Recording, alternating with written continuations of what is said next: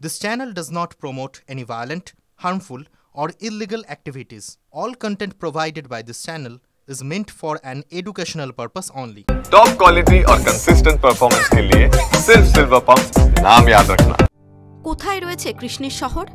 পুরাণে বলা হয় সমুদ্র গিলে খেয়েছিল এই দেবভূমিকে। সেই দ্বারকার খোঁজেই এবার আরব সাগরের জলের তলায় ফের নামতে চলেছে ভারতীয় পুরাতত্ত্ব সংরক্ষণ বিভাগ বা আর্কিওলজিক্যাল সার্ভে অফ ইন্ডিয়া। জানা গিয়েছে গুজরাটের উপকূলীয় অঞ্চলে সমুদ্রের তলে গিয়ে দ্বারকার তৃতীয় পর্যায়ের অনুসন্ধান চালাবে এএসআই কর্তারা।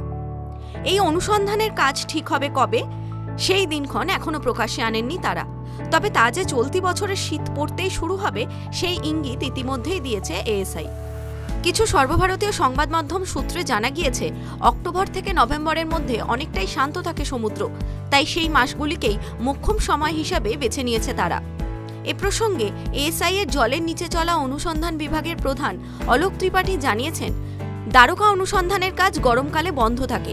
এই সময়টা সমুদ্রের তলদেশে যাওয়ার জন্য সঠিক নয়। শীত এলে সমুদ্র অনেকটা শান্ত হয়, অনুসন্ধান থেকে জরিপ যে কোনো কাজই ঠিকভাবে করা যায়।